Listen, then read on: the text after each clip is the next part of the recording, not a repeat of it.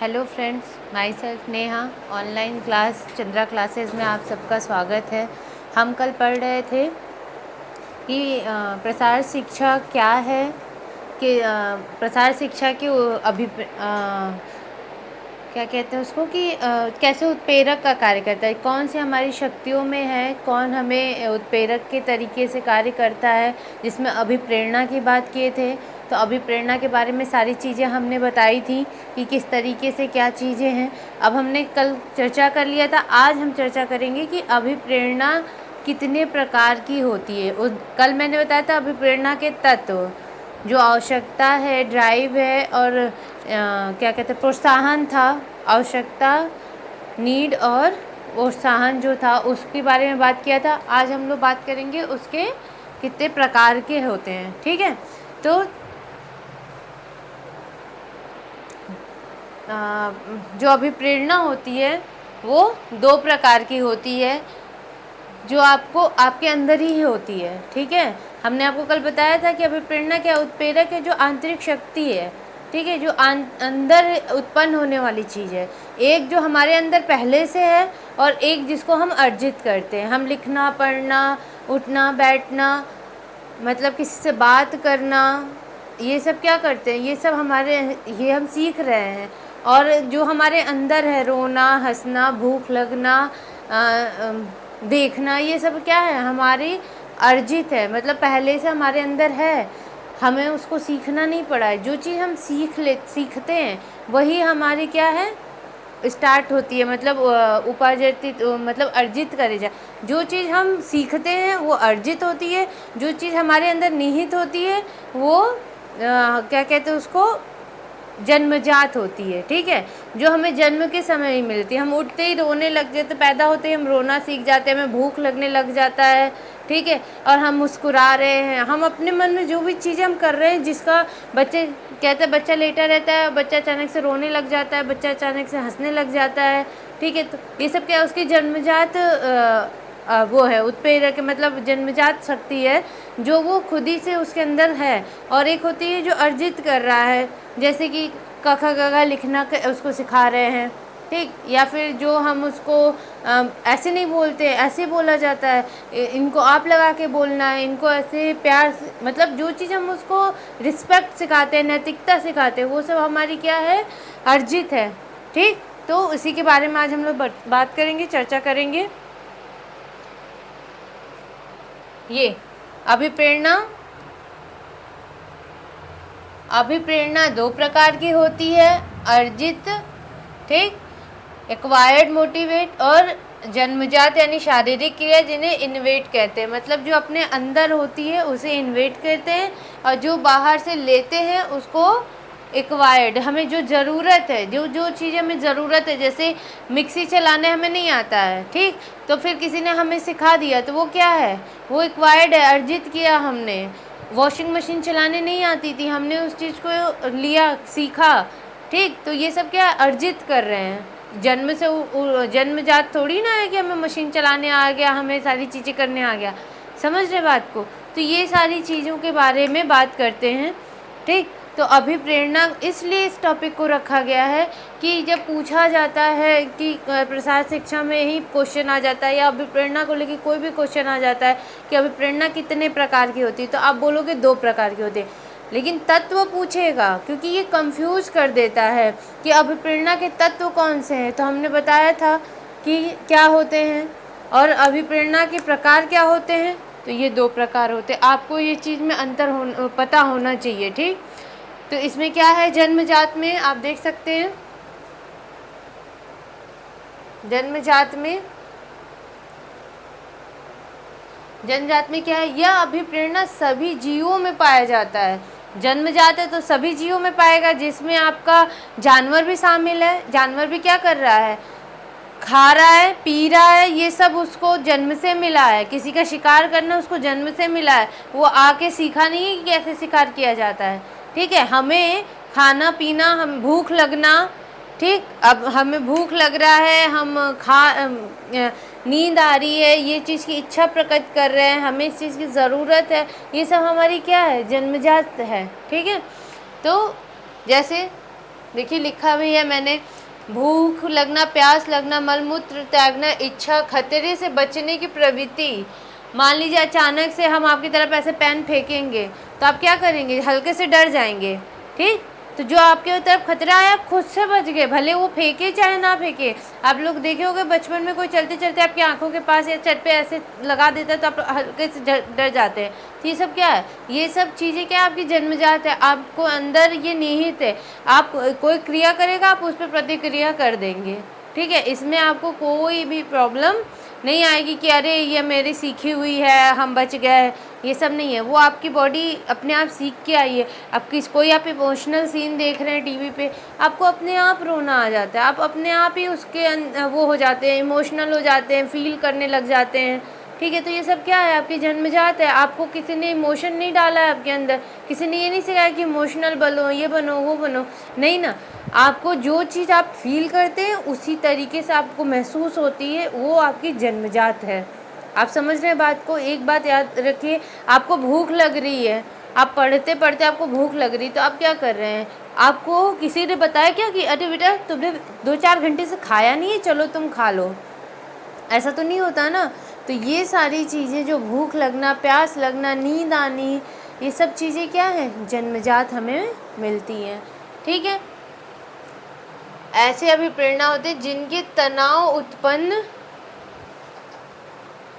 अधिक समय तक रोका नहीं जा सकता। आप समझ रहे हैं क्या बोल रहा है ये, थोड़ा ही पास करके ये बोल रहा है कि होती है जन्मजात शरीर जन्म अभिप्रेरणा में आते हैं।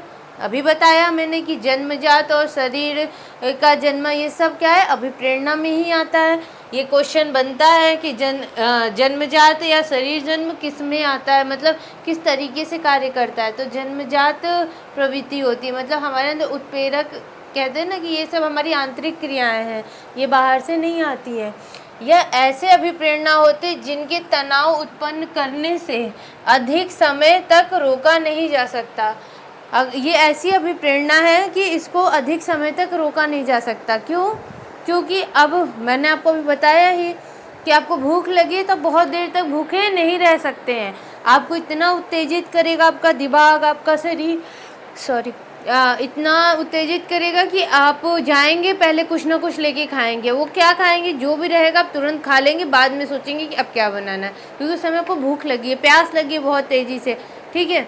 या फिर आपको कहीं चोट लग गई अचानक से, तो आपको उस पर रोना आ रहा है, तो आप मतलब बच्चे जैसे नहीं तुरंत गिरते हैं और रोना शुरू कर देते हैं। वो उनकी कहते हैं ना कि वो तनाव उत्पन्न कर देता है, वो इतना मानसिक टेंशन दे देगा कि आप उसको अधिक से मतलब जन्मजात की सारी अभिप्रेरणा क्या क्या आती है कि आपके तनाव में कार्य करती है, ठीक है। तनाव को लेके चलती है कि हाँ मेरे को भूख लगी है, कैसे खाऊँ, ये है वो। तो जो चीज़ का आप स्ट्रेस ले रहे हैं वो जन्मजात अभिप्रेरणा में आ जाता है, ठीक है। इसमें शरीर में असंतुलन की अवस्था उत्पन्न हो जाती है। जाहिर सी बात है, अभी बात ही कर रहे थे कि जब हमारे अंदर कोई चीज़ तनाव आएगी तो हमारा शरीर में असंतुलन होने लग जाएगा। अभी हम टेंशन में हैं, मान लीजिए आपकी परीक्षा की डेट घोषित हो जाए, ठीक है, आपका क्या हुआ, ये तनाव उत्पन्न शुरू हो गया।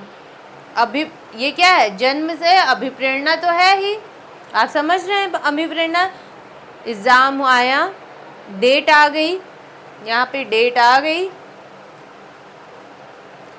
डेट आ गई, अब अभिप्रेरणा स्टार्ट हो गया, मतलब मुझे टेंशन होना शुरू हो गया, यानी तनाव होना शुरू हो गया।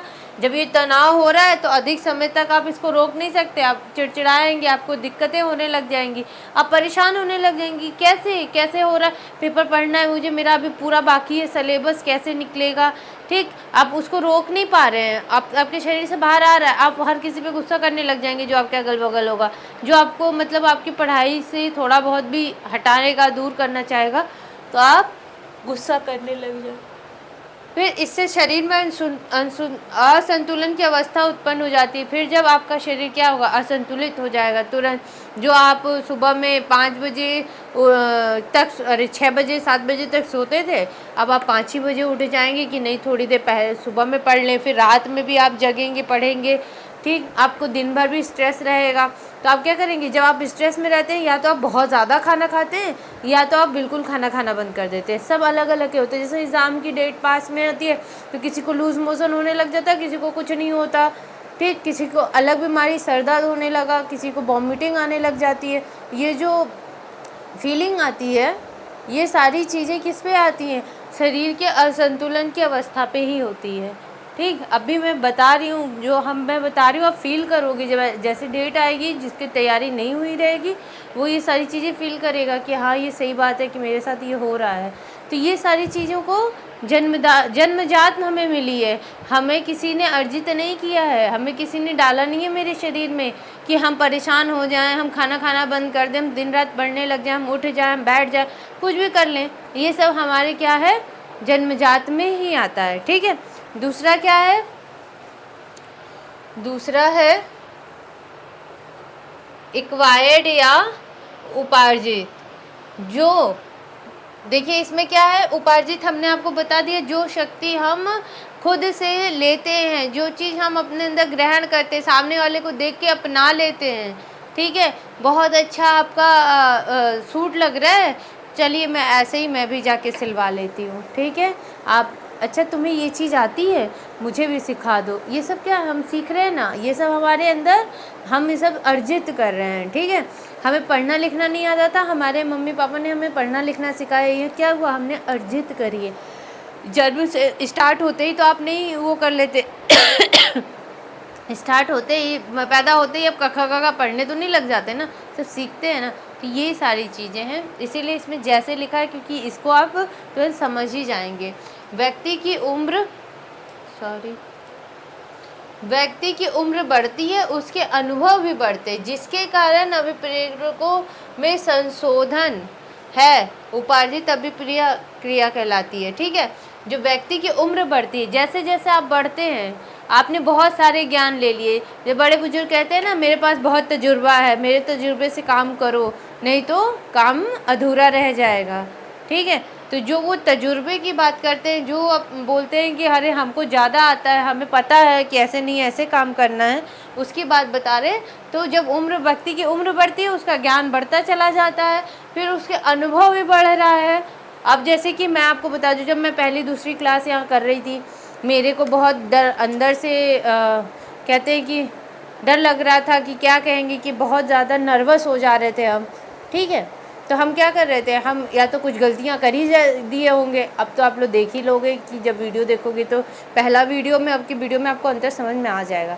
तो जब आदमी शुरुआत में कोई चीज़ करता है, अनुभव जब तक नहीं होता उसके पास, उसको डर लगता है, उसको परेशानी आती है, और जैसे उसका अनुभव बढ़ जाता है, जैसे मैंने आपको बताया, मैं पहले दिन का वीडियो मेरा देखिए और आज 10वें दिन का मेरा वीडियो देखिए, अंतर आएगा आपको अंतर पता चलेगा कि हम कैसे कर रहे हैं। पहले दिन शायद हम जो चीज़ कहना चाह रहे हों वो हम ना कह पाए हों, डर क्या कहेंगे उसको, कहते हैं कि अरे ये कैसे हो गया, ये कैसे कर लिया, नहीं हो पा रहा, अरे मैम ने गलत कर दिया, अरे मैम गलत नहीं करती हैं। वो पहले दिन में आदमी नर्वस हो ही जाता है। आप ही के सामने अगर इंटरव्यू होता है तो आप थोड़ी देर के लिए क्या करते हैं, उस घबराहट में आपकी चीज़ें सही, आपको सब कुछ पता है, फिर भी आप गलत चीज़ें कर जाते हैं ना, तो वो चीज़ हो जाती है। और जैसे जैसे आपका टाइम बीतता चला जाता है, आप बातों को करना शुरू कर देते हैं, आपको वहाँ के जो टीचर्स होते हैं वो आपको कंफर्टेबल जोन में डालते हैं, तो आपकी तुरंत लास्ट आते आते आप एकदम बढ़िया से सब चीज़ें बोलने लग जाते हैं। ठीक है, तो ये चीज़ क्या है, बढ़ती उम्र या समय बोल दीजिए कि बढ़ते समय के साथ उसके अनुभव भी बढ़ रहा है। जब उसका अनुभव बढ़ रहा है तभी अभिप्रेरकों में संशोधन हो रहा है, समझ रहे हैं, तब वो संशोधन होता है कि हाँ, जैसे मैंने बताया कि पहला वीडियो में मेरे जैसे मैं नर्वस थी, अब मुझे नर्वसेशन नहीं होती, अब मुझे बहुत अच्छा फील होता है कि अच्छा मुझे पढ़ाना है, मैं पढ़ती हूँ, मैं पढ़ा देती हूँ। अब मुझे ये भी नहीं लगता है कि अरे बच्चे क्या सोचे, बच्चे भी वही, हम जहाँ पे हैं वहीं पे बच्चे भी बैठे हैं। ठीक है, सारी चीज़ें वैसी ही चल रही हैं, आप जैसे पढ़ रहे हो हम वैसे पढ़ा रहे हैं, आप अपनी तैयारी कर रहे हो, मैं अपनी तैयारी कर रही हूँ, सेम चीज़ों पे हैं हम लोग। लेकिन बस अंतर ये है कि आप यहाँ प्लेटफॉर्म पे जिस दिन खड़े होगे उस दिन आपको भी इसी फेज से गुजरना पड़ेगा, क्योंकि आप क्या कर रहे हो, आप अर्जित कर रहे हो, ये सारे अनुभव को आप अर्जित कर रहे हो। जैसे जैसे आपके अंदर ये चीज़ अर्जित हो जाएगी, आप निखर के और अच्छा और अच्छा और अच्छा बाहर आ जाओगे। ठीक है, ये तो सभी के साथ होता है, इसमें कोई नो डाउट। जो पहले दिन बच्चा स्कूल जाता है तो कैसे परेशान करता है, नहीं मुझे नहीं जाना, नहीं नहीं जाना, ठीक। एक दिन जाएगा, टीचर गेम खिलाती करती, अच्छा उसे फील होता है, लेकिन वो दूसरे दिन भी फिर वही नाटक करता है, नहीं जाना है मुझे, रोना चिल्लाना शुरू। लेकिन हफ्ते 10 दिन जाते जाते जब उसके फ्रेंड बन जाते हैं, जब वो स्कूल में देख लेता है कि यहाँ मज़ा आ रहा है, यहाँ पे मैं मम्मी पापा से दूर हूँ लेकिन मैं खेल रहा हूँ, पढ़ रहा हूँ, मेरे दोस्त हैं, मैं बातें कर रहा हूँ, अपनी बातें शेयर करता है, अपनी टिफ़िन शेयर करता है, तो उसका क्या होता है, हर 10वें 11वें दिन बच्चा यूनिफॉर्म पहन के तैयार होता है और रोते हुए स्कूल नहीं जाता है, ठीक। जिसके बच्चे होंगे सबको पता होगा, ये कहानी सबको पता है कि बच्चे क्या करते हैं, ठीक है। तो ये फिर देखिए, जो उपार्जित होता है यानी एक्वायर्ड होता है वो 2 प्रकार से होता है, ठीक। ये 2 प्रकार से हमें मिलता है, पहले व्यक्तिगत मिलता है, फिर सामाजिक मिलता है। व्यक्तिगत कैसे मिलेगा, जो चीज़ हम खुद के लिए जो चीज़ करते हैं, जैसे कि पर्सनल में रहेगा, पर्सनल में क्या कहेंगे, इसी में दिखा दें आपको,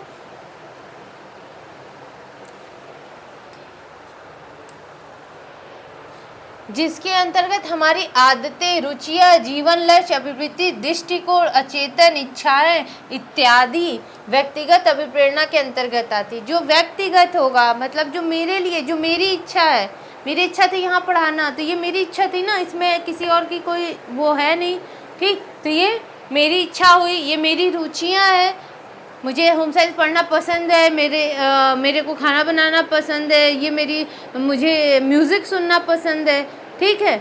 लोग पूछते हैं ना आपकी हॉबी क्या है, आप कैसे क्या करना चाहते हो, तो ये सारी चीज़ें हैं, ठीक। जीवन का लक्ष्य सभी को, सब जो हम यहाँ खड़े हैं, आप जो बैठ के देख रहे हो, जीवन का लक्ष्य एक अच्छी नौकरी और एक अच्छा सा अपना जीवन स्तर ऊँचा कराने के लिए एक अच्छी सी नौकरी मिल जाए, समझ रहे हैं, ये हमारे जीवन का लक्ष्य है।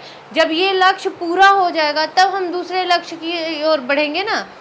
जब हमारा एक लक्ष्य पूरा हो जाता है, हर चीज़ टारगेट में होता है, जैसे आपको महीने का खर्चा मिला, आपका लक्ष्य है कि अब इस महीने में मुझे इतने खर्च करके इतने बचाने हैं, तो अब जब तक वो पूरा महीना ख़त्म नहीं हो जाता, आप वो सारी चीज़ों को बैलेंस लेके चलते हो। जब आपका टारगेट पूरा हो गया, जब आपके पूरे लक्ष्य हो गए कि हाँ देखो मैंने इतने बचा लिए और इतने मैंने खर्च कर दिए, तो क्या जा रहा है उसका, वो क्या कर रहा है, नेक्स्ट मंथ का नया लक्ष्य बना ले रहा है, समझ रहे हैं। जैसे कि महीने में आज मुझे जूते लेने हैं, ठीक है, इस महीने में जूते लेने हैं, जब जूते लेने हैं, ठीक, तो हमने इस महीने जूते ले लिए, फिर नेक्स्ट मंथ क्या फिर हम जूते ले लेंगे। मेरा जीवन का लक्ष्य एक ही है, नहीं, बदलता रहता है, जीवन का लक्ष्य हमेशा बदलता रहता है।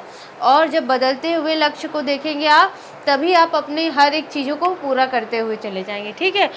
अभिवृत्ति, दृष्टिकोण, अभी बताया ही मैंने कि अभिवृत्ति हो, दृष्टिकोण हो, कि आप किस तरीके से सोच रहे हैं, कौन सी आपकी सोच है। दृष्टिकोण का मतलब आप समझ रहे हैं कि जो मतलब आप जैसे कि आप जॉब पाने के लिए पढ़ रहे हैं, ठीक है, तो आप किस दृष्टिकोण को लेके चल रहे हैं कि आप किस तरीके से पढ़ेंगे, कौन सी चीज़ों को पढ़ लेंगे, या फिर आप किसी को देख रहे हैं वो वेस्टर्न कपड़े पहनी है, आपको पसंद नहीं है, आपकी फैमिली में पसंद नहीं है, तो आपका दृष्टिकोण कैसा है कि वो कपड़े पहनी है तो क्यों पहनी है, वो मेरे यहाँ नहीं पसंद है, इसके यहाँ क्यों पसंद है, आप समझते हैं। मतलब वो क्या कर रही है, दूसरे के प्रति अपना दृष्टिकोण, ये स्वयं अपने अंदर है, व्यक्तिगत है, आप उसकी दृष्टिकोण को नहीं बदल सकते, आप सिर्फ अपने अंदर सारी चीज़ें रहे। तो जो चीज़ भी है, जो मेरी रुचि हो, मेरी खुद की है, मेरा लक्ष्य है, वो मेरा खुद का है, जो मेरी अभिवृत्ति है, जो मेरे अंदर समाहित है, वो मेरे खुद का है, मेरा दृष्टिकोण मेरे ही तरीके का है, इसमें किसी और नहीं है, कोई बदल नहीं सकता, ये मेरा खुद का है, पर्सनल है, अपना है, ठीक। हम चाहते हैं कि हम आप लोग को पढ़ाएं, आपकी तैयारी हो, मेरी तैयारी हो, ये मेरा दृष्टिकोण है, ये मेरा खुद का है ना, इसमें ना कोई किसी का वो आ पा रहा है कि अरे तुम्हारा सही नहीं है, तुम मत करो, तुम नहीं पढ़ाओगी, ये किसी से मुझे मतलब ही नहीं है, मैं जो चाह रही हूँ मैं कर रही हूँ, ये मेरा खुद का पर्सनल चीज़ है। तो यही ये बताना चाह रहा है, ठीक है। जो इसका अचेतन है, इच्छाएं हैं, जो मेरी इच्छा है, जो मेरा अचेतन है, मतलब जो मैं नहीं भी सोच रही हूँ, जो मेरे अंदर आत्मा में चल रहा है कि मुझे ये करके अब ये करना है, ठीक है, ये सब मेरा खुद का है और ये कभी किसी से बदला नहीं जा सकता, ठीक, कि अगर अंतर्गत आता है। नेक्स्ट है सामाजिक, ठीक है, सामाजिक यानी सोशल में आएगा। इसके अंतर्गत सामुदायिकता, संग्रहशीलता, युद्ध प्रवृत्ति, उपलब्धि प्राप्त करने की आकांक्षा जैसे तत्व आते हैं। अब आपको बता दें, जब समाज की बात आएगी, जब हम जैसे कि कोई चीज़ हमने पाया, मान लीजिए किसी उपाधि से हमको बताया गया, जैसे हमने कोई चीज़ पास आउट कर ली, ठीक है, तो मेरे समाज में मुझे डॉक्टर नेहा बुलाया जा रहा है। मैंने मान लीजिए पीएचडी कर लिया, कंप्लीट कर लिया, अब मुझे डॉक्टर नेहा बुलाया जा रहा है। तो मैंने क्या किया, समाज में एक उपलब्धि प्राप्त कर ली है, ठीक, एक उपलब्धि प्राप्त कर ली। उस उपलब्धि को प्राप्त करके समाज के प्रति और अपने प्रति, दोनों के प्रति कार्य हो रहा है मेरा, ठीक है। जो उस और क्या कहेंगे, आकांक्षाएं, जैसे आकांक्षा मतलब कि हम इस समाज के लिए क्या क्या कर सकते हैं, समाज के बारे में सोचना, और आपकी जो चीज़ें हैं वो समाज, जैसे अभी मैंने आप पर्सनल में बताया कि मैं खुद पढ़ना चाहती थी, पढ़ाना चाहती थी, तो मैं आ गई, मेरा पर्सनल है। लेकिन अब ये मेरा समाज में चला जा रहा है ना, मैं पढ़ा रही हूँ, आप लोग पढ़ रहे हो, आप क्या है, मेरे समाज हो गया हो, ठीक है, मैं अपनी चीज़ों को आपके तक रख रही हूँ, तो ये मेरे समाज में जा रहा है, ठीक। तो आप समझिए, जो समाज के प्रति लेके चले, समाज को लेके, समाज के लिए, हित के लिए कार्य करने लग जाए, अतः जो अर्जित कर रहा है, क्योंकि ये अर्जित कर रहा है, आप समझ रहे हैं। हमने बोला था अर्जित करने वाले, जन्मजात की कोई अलग प्रकार नहीं है, पर अर्जित के हैं। अर्जित में एक जो व्यक्तिगत अर्जित करता है, एक जो समाज के द्वारा अर्जित करता है, ठीक है। समाज में उनका बेटा ये बन गया, देख लिया कि अरे उनके बेटे ने ये एग्ज़ाम निकाल लिया, तो हम अपने बच्चे से भी कहेंगे देखो ये एग्ज़ाम निकालने से वो कितना अच्छे पोस्ट पे चला गया है, उसको कितनी सुविधाएं मिल रही हैं, तुम भी कोशिश करना कि ये हो जाए। ये क्या हो रही है, मैं समाज के देख के अपने बेटे के अंदर वो चीज़ सीख, अपने अंदर जो वो सीख लाई, और वो सीख को मैं आप तक, मतलब अपने बेटे तक पहुँचा रही हूँ। ये समाज के द्वारा सीख हो गई, ठीक है। वे तत्व जो व्यक्ति की सामाजिक प्रतिष्ठा और मान से जुड़े होते हैं। अब बताया ही मैंने कि जो चीज़ हम उपलब्धि प्राप्त कर ली, जैसे मैं डॉक्टर हो गई, तो अब क्या होगा, मेरे मोहल्ले में मेरे लोगों को मेरे बारे में क्या सोचेंगे कि ये सामाजिक प्रतिष्ठा है और मान है, मेरा मान सम्मान बढ़ जाएगा, ठीक है। जिस दिन मुझे डॉक्टर की उपाधि मिल जाएगी, उस दिन मेरे मोहल्ले में सब लोग मुझे डॉक्टर नेहा बुलाएंगे, मेरा एक मान बढ़ जाएगा, मेरा एक पोजीशन आ जाएगा। मान लीजिए मेरे मोहल्ले में कोई एक लड़की है, वो आईएएस का एग्ज़ाम पास आउट कर लेती है, आईएएस बन जाती है, तो उसका क्या हुआ, मान सम्मान बढ़ गया, उसकी फैमिली की सारी चीज़ें बढ़ गई, ठीक है। तो आप समझ गए, जो समाज द्वारा आपको प्रतिष्ठा मिल जाती है, जो समाज द्वारा आपको मान मिल जाता है, जो समाज द्वारा आपका एक सामुदायिक होता है, सामुदायिक कर्तव्य होता है कि जो जो चीज़ें वो लोगों का मतलब लेके चलते हैं।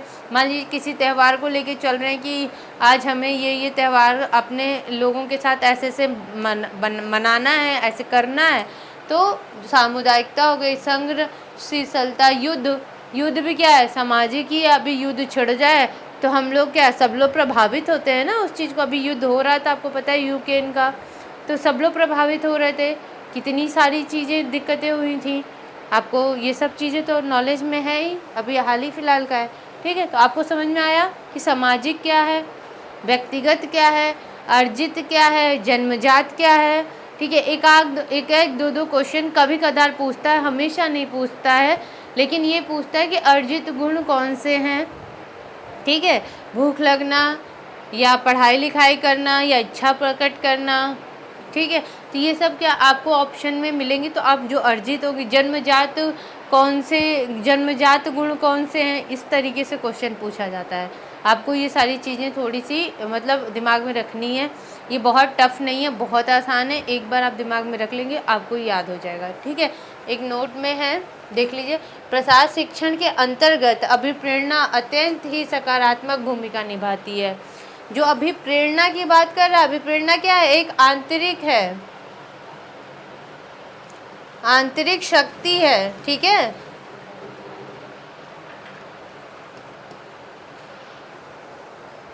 क्या है अभिप्रेरणा, आंतरिक शक्ति है,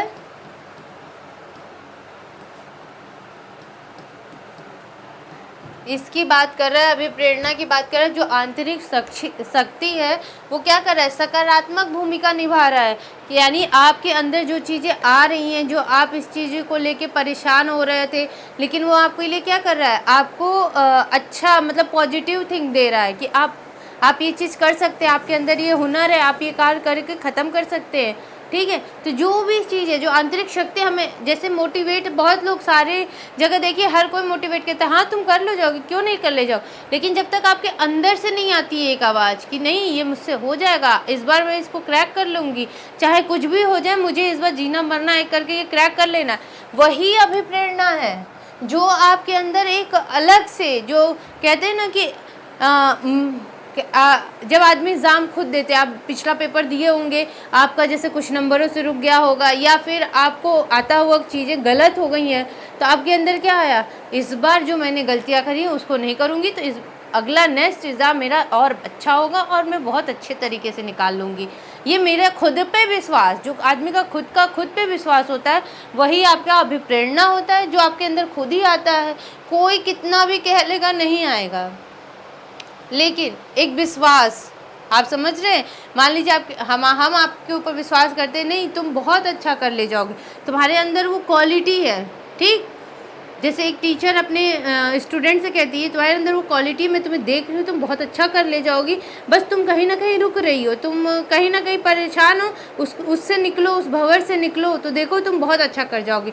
तो ये जो आंतरिक शक्ति है, इस आंतरिक शक्ति को क्या कर रहा है, अभिप्रेरणा कर रहा है, वो सकारात्मक भूमिका आपके अंदर लाएगी और आप क्या करेंगे, आप सकारात्मक भूमिका निभाते हुए, मतलब पॉजिटिविटी आते हुए आप बहुत आगे बढ़ने की कोशिश में लग जाएंगे और इतना मेहनत करेंगे कि आपका एक एग्ज़ाम क्रैक हो जाएगा। ठीक, जब क्रैक हो जाता है एग्ज़ाम, आप पास आउट हो जाते हैं, तब आपको समझ में आता है कि अच्छा ये चीज़ मेरे अंदर थी, पता नहीं कब, समय से पहले किसी को कुछ नहीं मिलता ऐसा लोग कहते हैं, लेकिन मेहनत समय से पहले दिलाने की चीज़ है। आप आज मेहनत कर रहे हैं तो आप, अगर समय है कि आपको 3 साल 4 साल बाद मिलनी है, लेकिन आपने मेहनत अच्छे से कर ली है, आप अपनी चीज़ों को एकदम अच्छे से बाकायदा कर ले रहे हैं ना, तो ज़रूरत नहीं है समय का इंतज़ार करेगा कोई, आपको आपकी चीज़ें मिल जाएंगी, क्योंकि मेहनत से चीज़ें जल्दी मिल जाती हैं, ना कि समय का इंतज़ार। समय का इंतज़ार करते करते तो पता नहीं कितना टाइम बीत जाए, आप पहुँच ही ना पाएँ। ठीक, नेक्स्ट है, इन्हें जानने समझने बिना कोई भी प्रसार कार्यक्रम को सफलतापूर्वक नहीं चल सकता। किसको जाने समझे बिना, ना प्रसार शिक्षण को जाने समझे बिना, ना अपने अंदर की शक्तियों को जाने समझे बिना आप क्या करते हैं, प्रसार कार्यक्रम को सफलतापूर्वक नहीं कर सकते हैं। कि जैसे मैंने शिक्षण पढ़ा रहे थे, हम प्रसार कार्यकर्ता का शिक्षण पढ़ा रहे थे कि किसी को कहीं भेजने से पहले, युद्ध, मान लीजिए आपको युद्ध लड़ने जा रहे हैं, तो हम आपको पहले ट्रेनिंग दे रहे हैं ना, इसी तरह प्रसार कार्यकर्ता को एक ट्रेनिंग दी जाती है कि किस तरीके से, तो उनके अंदर एक आत्मविश्वास जगाया जाता है, उन्हें समाज, व्यक्तित्व, जन्मजात सब चीज़ों के बारे में अवगत कराया जाता है, उन्हें एक ट्रेंड किया जाता है। तो जब तक आप इसको नहीं समझेंगे तब तक इस कार्यक्रम को, प्रसार कार्यक्रम जो प्रसार का ये कार्य है, इसको आप सफलतापूर्वक नहीं चला सकते। आप जिस चीज़ के लिए आपको भेजा जाएगा आपको खुद ही नहीं पता है, तो आप किस तरीके से उस कार्य को करेंगे, आई बात समझ में। ठीक, नेक्स्ट है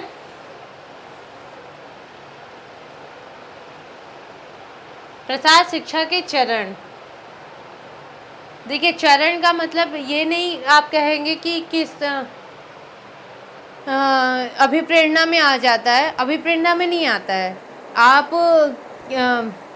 कैसे बताएं कि जैसे प्रसार शिक्षा का शिक्षण पढ़ा रहे थे, किस किस तरीके से शिक्षण हुआ, जब शिक्षण हो जाता है तो किस तरीके से उसके अंदर अभिप्रेरणा आती है, अपने काम को करने की अभिप्रेरणा चलती है। तो जो चरण होता है, कहते हैं ना कि प्रसार शिक्षा के चरण, ये एक तरीके से उससे अलग है, पर एक ये नया टॉपिक है। ठीक है, ये टॉपिक एकदम नया है, इसको यहाँ लिखना था, थोड़ा सा छोटे में लिखा गया है, समझ रहे हैं। तो ये क्या करता है, ये चरण वो होता है जैसे हम आपको कुछ कार्य सिखाए, प्रसार कार्यकर्ता ने अपने कार्य को सिखाया, ठीक है।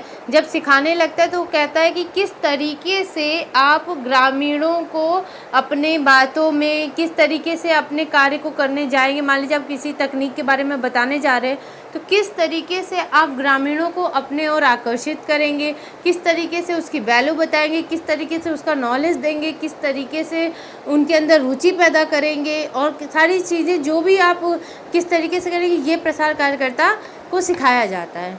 तो वही चरण है जो इस चरण को लेकर कार्य करना है, ये चीज़ प्रसार कार्यकर्ता को सिखाया जा रहा है। मान लीजिए हम हेड हैं, हम बता रहे हैं, यहाँ बच्चे बैठे हैं, इनसे पूछा जा रहा है कि भाई आपको पता है कि प्रसार कार्यकर्ता, मान लो आप लोग को भेजे फील्ड में, तो आप कैसे क्या क्या ढूंढ के किस तरीके से लोगों को अपने ओर आकर्षित करोगे।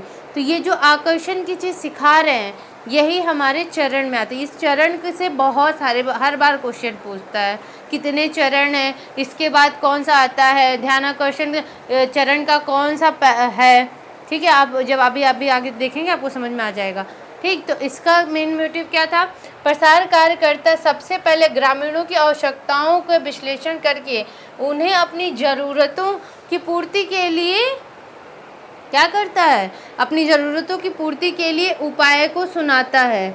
आप जो प्रसार कार्यकर्ता होता है वो ग्रामीण जो कार्य करना चाहता है, जो उसकी ग्रामीणों की आवश्यकता है, जैसे कि मान लीजिए पानी की बहुत आवश्यकता है, जिससे वो अपने खेतों को सींच नहीं पा रहे हैं।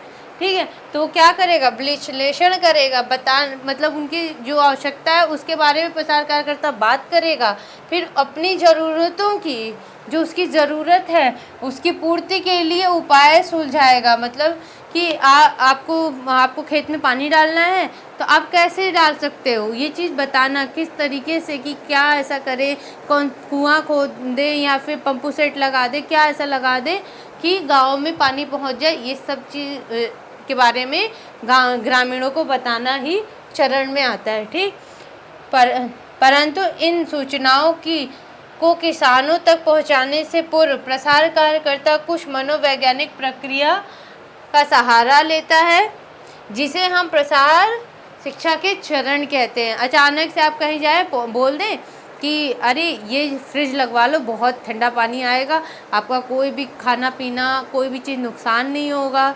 ठीक है, तो वो क्या करेगा? आप बोलेंगे वो तुरंत जाएगा खरीद के लेके चला आएगा? नहीं, वो जो प्रसार कार्यकर्ता होता है अपनी सूचनाओं को किसान तक पहुंचाने के लिए मनोवैज्ञानिक प्रक्रिया, जो ये चरण है, जो शिक्षा का चरण है, वो मनोवैज्ञानिक तरीके से कार्य करेगा। वही प्रसार शिक्षा के चरण कहलाते हैं। कौन कौन से हैं? चलिए देख लेते हैं कौन कौन से चरण हैं। देख लीजिए, आप जैसे ही ये देखेंगे आपको समझ में आ जाएगा। हमेशा क्वेश्चन, पिछली बार भी क्वेश्चन पूछा था कि ध्यानाकर्षण प्रसार शिक्षण की कौन से चरण में है। ठीक है, आपने ये क्वेश्चन देखा होगा, पूछा था। ठीक, या फिर पूछता है कि अभिरुचि कौन से चरण में आता है, या संतुष्टि मूल्यांकन कौन सा चरण है। प्रसार शिक्षा का चरण में मूल्यांकन की कौन सबसे अंतिम है, सबसे पहला है, सबसे आखिरी है, ऐसे करके क्वेश्चन पूछता है। ठीक है, तो क्या करते हैं? ध्यानाकर्षण। दूसरा क्या है? अभिरुचि, इंटरेस्ट, डिज़ायर, इच्छा। ठीक है, विश्वास, नॉलेज, ज्ञान, एक्शन, सेटिस्फेक्शन, और इवैल्यूएशन यानी मूल्यांकन। ठीक है, अगर मुझे गांव में पानी की समस्या है, सड़क की समस्या है, या कोई चीज़ सिखानी है, ठीक है, तो कैसे करेंगे? ध्यान आकर्षण कैसे करेंगे?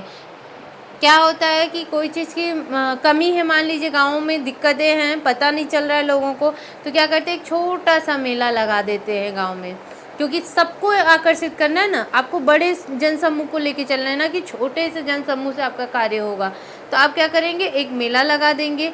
उस मेले में आप पहले देख चुके कि उनकी क्या आवश्यकता है। किसानों की जो आवश्यकता है,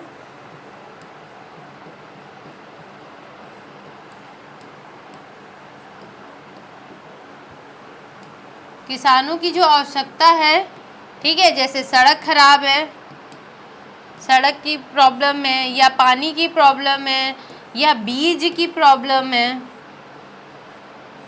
ठीक है, किसी भी चीज़ की, ये तो एक एग्जाम्पल है।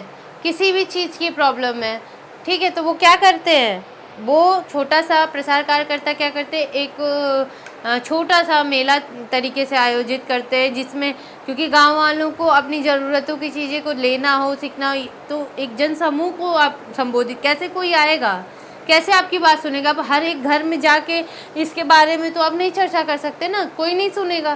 तो आप क्या करिए, एक जन समूह में एक गांव में एक छोटा सा बात करके, वहाँ के बताया ही था मैंने कि जो ग्रामीण, जो जिसकी लोग बात सुनते हैं, या फिर जो वहाँ का पंचायत हो पे रहता है, जो उनसे बात करके एक छोटा सा मेला आयोजित करते हैं, जिसमें क्योंकि कई दिनों से वो सर्च करे रहते कि इनकी ज़रूरतें क्या क्या हैं, तो उनकी ज़रूरतों को लेते हैं और कार्य करना शुरू कर देते हैं। ठीक, तो पहले क्या करते हैं, वो जो मेला लगाते हैं, मेले में उनकी ज़रूरतें रहती, तो उनका ध्यान आकर्षण करने के लिए वो मेला लगता है।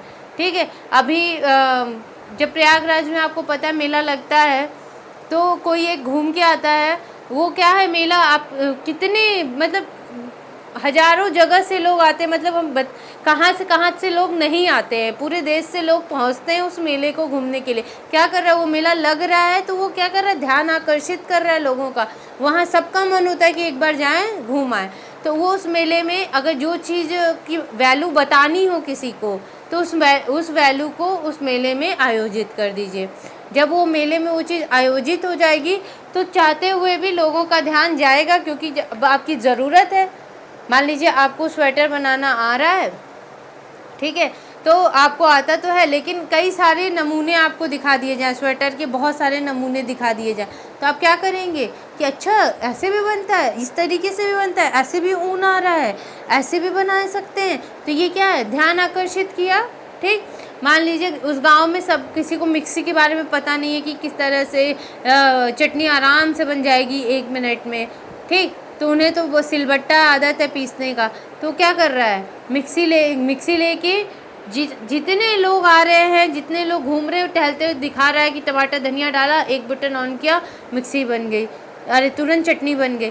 तो क्या कर रहे हैं, ध्यान आकर्षित कर रहे हैं, उनका ध्यान सबसे पहले। तो सबसे पहले इनका क्या होता है, ध्यान आकर्षित करना होता है मोटिव। है, कोई भी चीज़ को देख के क्या कि आप चलते मेला घूमते रहते, देखते अच्छा ये क्या है। आजकल देखे होंगे चॉपर, बहुत टाइप के चॉपर आ गए हैं।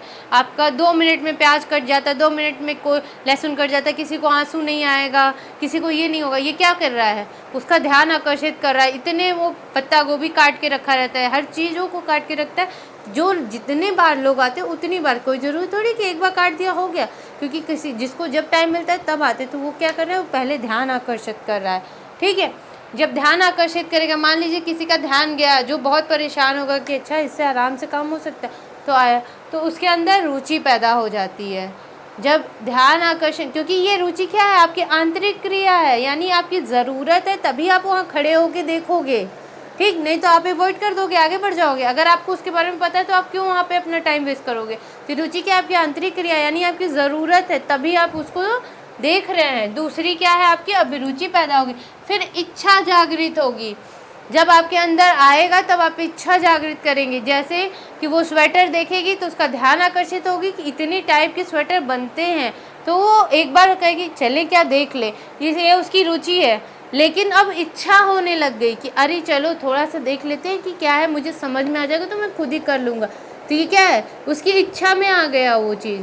मतलब अंतर क्या है, अंदर जागृत हुई रुचि, उसको देख के कि वो हमारी ज़रूरत का काम है, अगर मैं सीख जाऊंगी तो मेरे को बहुत अच्छा हो जाएगा, मैं ये बना लूँगी वो बना लूँगी, और तो ये रुचि है। लेकिन जब रुचि को आप इच्छा में बदल देते हैं कि आपकी ज़रूरत, क्योंकि दोनों का कनेक्शन क्या है, आपके बॉडी, आपके शरीर से है, मतलब आपकी आंतरिक क्रियाएँ हैं, ये दोनों आपकी आंतरिक क्रियाएँ। आप जितना ज़्यादा आप उसको देखेंगे उतनी आपका इंटरेस्ट बढ़ता जाएगा। ठीक है, जैसे एक बच्चा आम खा रहा है, ठीक है, एक लोग देखें कि वो आम खा रहा है, वो बहुत मज़े लेके आम खा रहा है, उसको नहीं पता कि वो किस तरीके से खा रहा है, गंदे तरीके से खा रहा है, अच्छे तरीके से खा रहा है, उसको कुछ नहीं पता, पर वो खूब आम का मज़ा ले रहा है। एक होता है ना, छोटे बच्चे होते हैं, उनको नहीं पता होता, बस वो आम ले लेते हैं, उनको इतना फेवरेट है, वो खाए जा रहे हैं। ठीक है, तो आप आ रहे तो देखिए, अरे ये कैसे खा रहा है, देखा आपने। फिर अब क्या हुआ, अब जब वो खा रहा है, देख रहे, इच्छा तो आपकी जगेगी कि वो खा रहा है तो मैं भी खा लूँ। क्योंकि इतना वो टेस्टी तरीके से खा रहा है, इतना मतलब इंटरेस्ट जगा दिया उसमें उसने मेरे को कि उसका खाने का तरीका इतना अच्छा लगा कि इतना लगा कि मुझे उस आम की भूख लग गई, मतलब इच्छा जागृत हो गई, तो मैंने खा लिया उस आम को।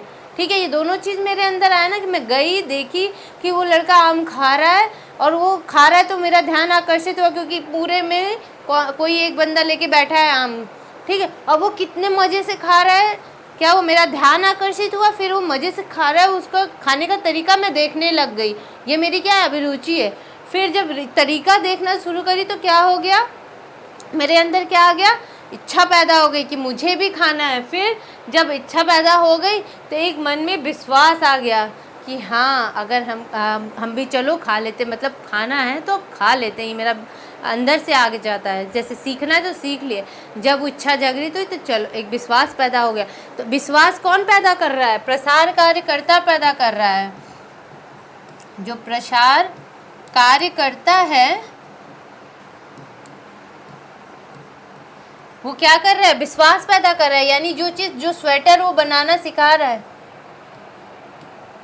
जो स्वेटर बनाना सिखा रहा है वो इस तरीके से उसको तैयार करा रहा है, इस तरीके से उसने ध्यान आकर्षित की उसके अंदर, तो वो विश्वास करा रहा है कि जब वो उसके पास चली गई, इच्छा हो गई तो आप चले गए उसके पास, देखने लगे, तो वो ऐसा विश्वास आपके अंदर पैदा करेगा कि आप, कौन कर रहा है, प्रसार कार्यकर्ता कर रहा है। और क्यों कर रहा है कि आप उसको समझिए, आप कर लेंगे तो आपका आप एक चीज़ और अच्छा अपने लिए करने लग जाएंगे।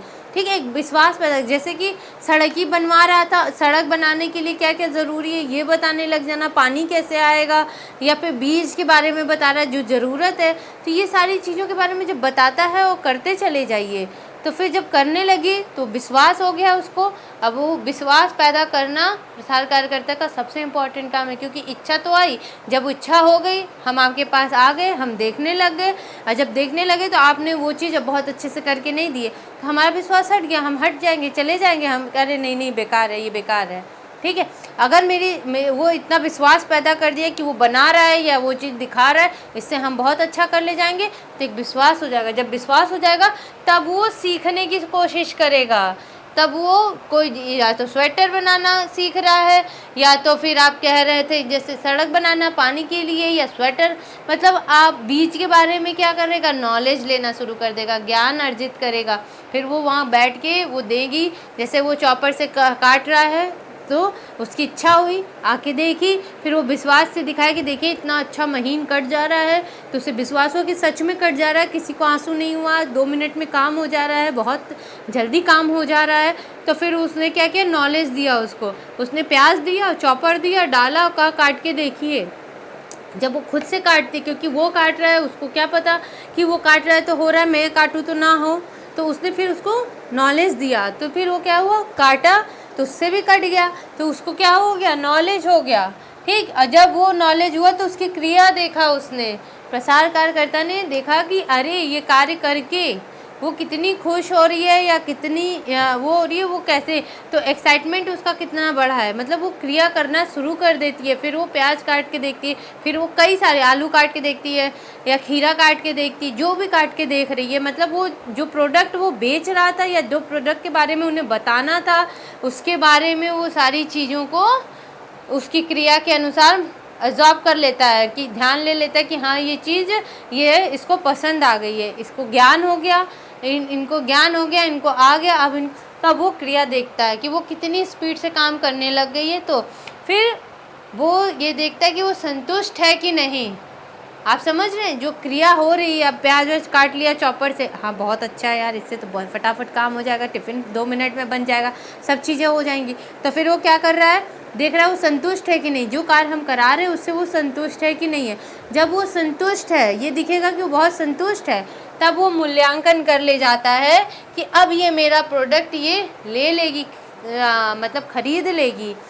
ठीक है, तो जब वो तब ये मूल्यांकन हो जाता है कि खरीद लेगी, यानी उसका मूल्यांकन कैसा था, किस तरीके से था, क्या लेके चलना है, मतलब सारी चीज़ों को वो ले लेता है। मान लीजिए जब 10 प्रोडक्ट लेके आया था, 10 घर में लेडीज़ों को देखा कि किसी तरह कैसे कैसे ये लोग काम कर रही हैं, उसको वो 10 प्रोडक्ट में अगर 8 भी बिक जा रहा है तो यानी उसने देखा कि मेरा मूल्यांकन पॉजिटिव सकारात्मक में जा रहा है, लोग यहाँ सीखने के लिए रेडी हैं, यहाँ पे लोगों के अपने अच्छे के लिए, अपनी सारी चीज़ों के लिए वो अच्छा कर पाएंगे।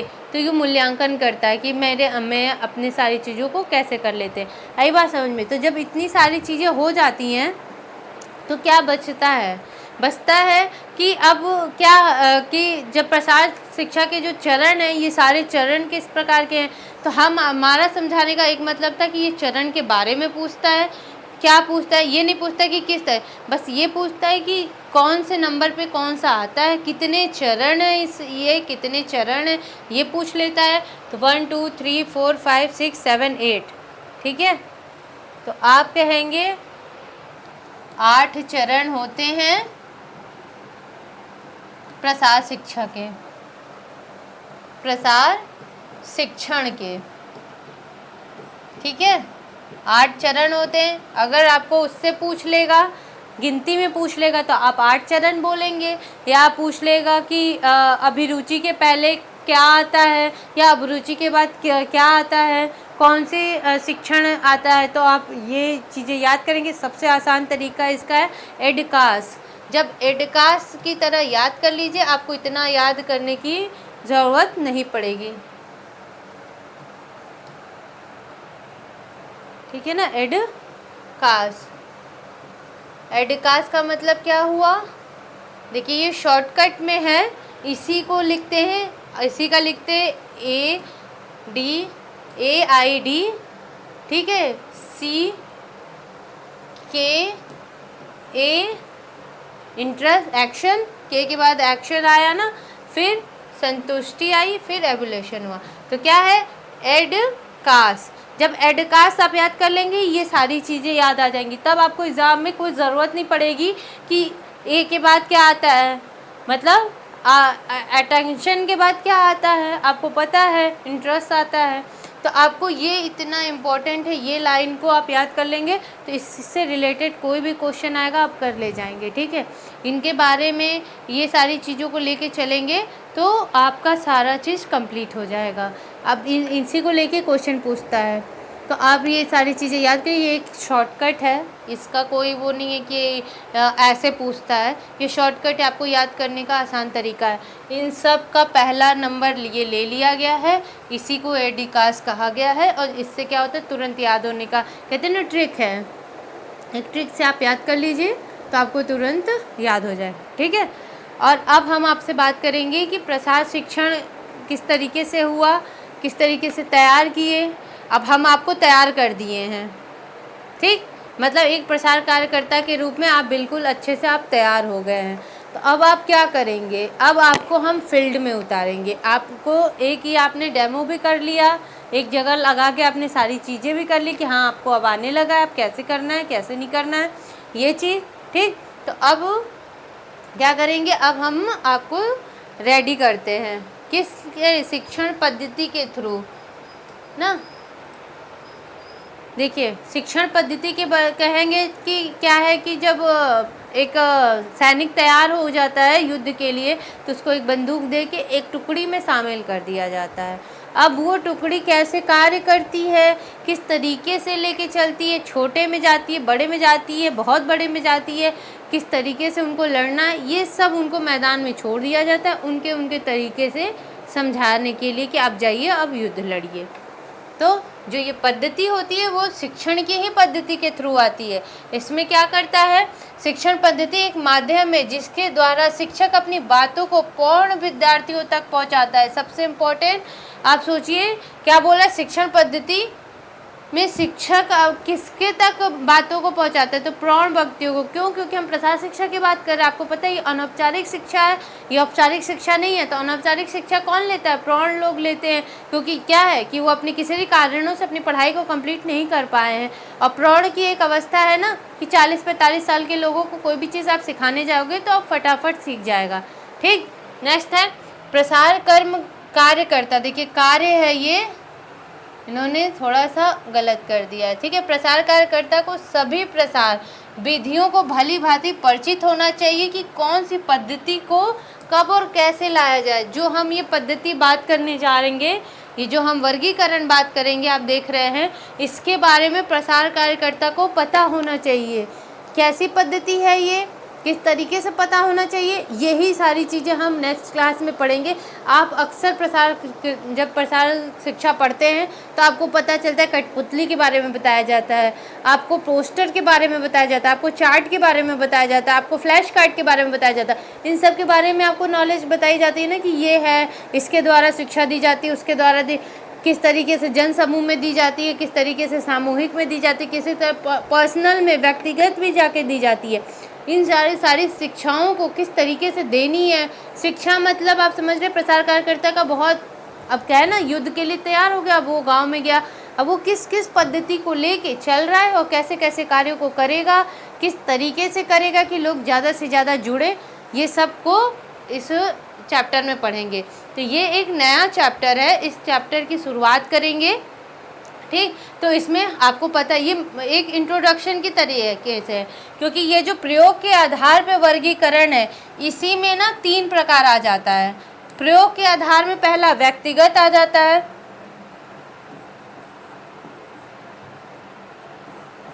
व्यक्तिगत आ जाता है, यहाँ पे सामूहिक आ जाता है, फिर ये जन समूह में आ जाता है, ठीक है। तो आपको पता है कि ये सारी जितनी भी अवस्थाएं हैं, सब प्रसार शिक्षा को आना चाहिए। किस तरीके से आना, किस तरीके से वो एक ग्रामीण का उसका जीवन स्तर ऊंचा पहुंचाना, किस तरीके से उनकी समस्याओं को दूर करना, उनकी आवश्यकताओं की पूर्ति करने का कार्य ये इन सारे पद्धतियों को लेके, इन सारे मेथड को लेके चलते हुए वो कार्य को करता है, ठीक है। तो पहले प्रयोग के आधार पर करता है, प्रयोग के आधार पर करेगा तो व्यक्तिगत करेगा और फिर सामूहिक करेगा। किस तरीके से करेगा, मतलब जो उसकी समस्या पहले व्यक्तिगत में दूर करने की कोशिश करेगा, फिर देखेगा कि अरे एक व्यक्ति की समस्या नहीं है, ये पूरे समूह की समस्या है, तो समूह के अनुसार दूर करेगा।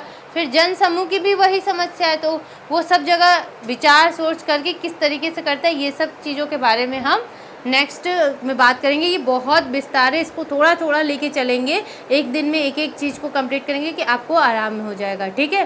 Thank you so much. Next time पे हम इसी पद्धति के बारे में ही बात करेंगे, ठीक।